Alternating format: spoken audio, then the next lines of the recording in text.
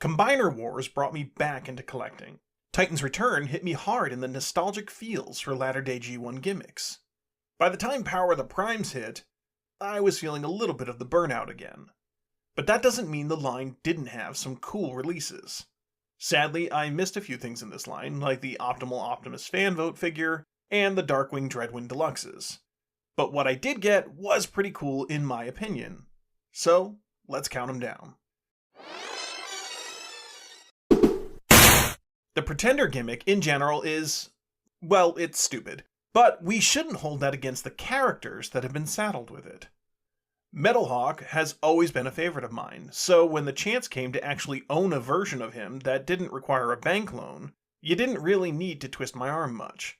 Like the Titan Masters before them, this gimmick was great for the small budget-friendly class of the line. It offered an interesting line-wide play feature, with Metalhawk being one of the standouts in the selection. Growing up, I owned 2 of the 3 original Insecticons, and Shrapnel wasn't one of them. So being able to obtain a new version with modern articulation was pretty cool. This was a fun little figure, though it was technically a re-release of the Thrilling 30 version. Seeing the Insecticons again in their G1 forms and colors with modern articulation is always a treat. And now with the Legacy releases, these smaller versions make a great clone army for this disgusting trio. I didn't collect all of the Power of the Primes Dinobots, but I love a good Swoop, and that's what this figure was. A good Swoop. He articulates well, he transforms well. Really, it's hard to screw up Swoop, although they've certainly done so in the past. This version is mildly hindered by the Combiner Wars gimmick, and has certainly been and will continue to be replaced by newer, better versions since. But I still like it as a great deluxe-size version of one of my favorite Dinobots. Okay, on his own, Battle Slash is not a great figure, but I like the concept of taking a toy that was only half of the whole and making it its own. His transformation is a clumsy ball-jointed mess, but it's kind of worth it for the final form. The copter mode on Battle Slash is stumpy, dorky, and, well, cute. I don't hate it, as it is trying to accomplish a lot with very little, and for the most part, it is successful. Going off of Battle Slash, we have his partner, Roadtrap, and I do think this is the more successful of the 2 halves. The robot mode is neat, from the front, and the vehicle mode is great, but let's be honest, these 2 guys were meant to be together. The combined form of Battletrap is where it's truly at, and really what everyone wanted from these figures to begin with. The articulation is on point, and I honestly love the dynamic proportions the combined form leaves you with. I still can't find a Legacy Beachcomber, so this is still the best representation of the character I have. And, all things considered, he's pretty awesome. The figure is a dead ringer for the High Times hero, and just an overall great update for the coolest Minibot around. I love the fast and easy transformation, and like a lot of the smaller figures from the line, he has fantastic integration with the line-wide gimmick. If you are a long-time viewer, or you were bored and watched my early videos, you know I love Rodimus Prime.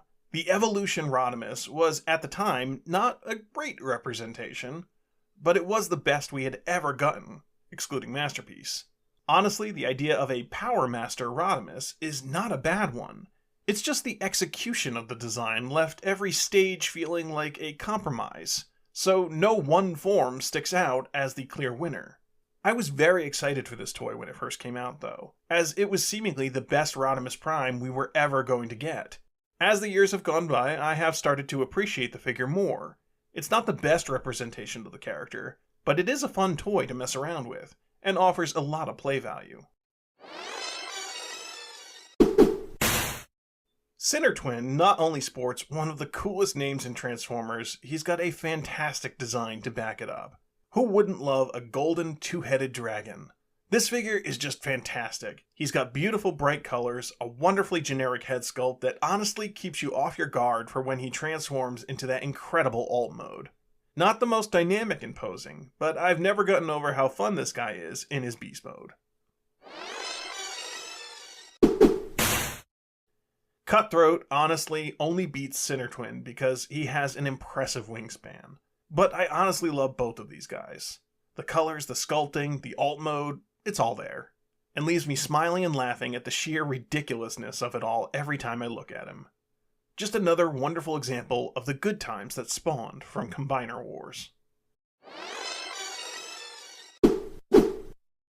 If this was a list of the most creative pun names in Transformers, Hun-Gurrr would still probably be my number one, though Spinister and Horrible might give him a run for his money. Honestly though, this is an amazing update to the Terrorcon leader. I had the original back in the day, and he was honestly one of the coolest figures because he sported a ton of leg articulation. This new figure lives up to that, and more. He's fantastic in both modes, commanding his troops with a snarl and a scream, and he's also up there as one of the best combiner torsos from this trilogy. Probably because he's a heavy retool of Silverbolt, but I don't care. Well, that's my top 10 figures from Power of the Primes. So now it's time for another YouTuber thing. As you can see from this list, I really like the Terrorcons in this line, and I'd love to do a video on them and animate their combining sequence. Last time I did this, I clearly aimed too low with a paltry 300-like challenge. So let's aim high this time and go for 800. You pull that off, and I'll do an entire video on the Power of the Primes Terrorcons, complete with an animated combining sequence, and you know what? Comment below on who they should fight in the video, and I'll animate that too. Either way, if you enjoyed this list, be sure to hit that like button, and subscribe to the channel. But for now, thanks for watching, and stay happy.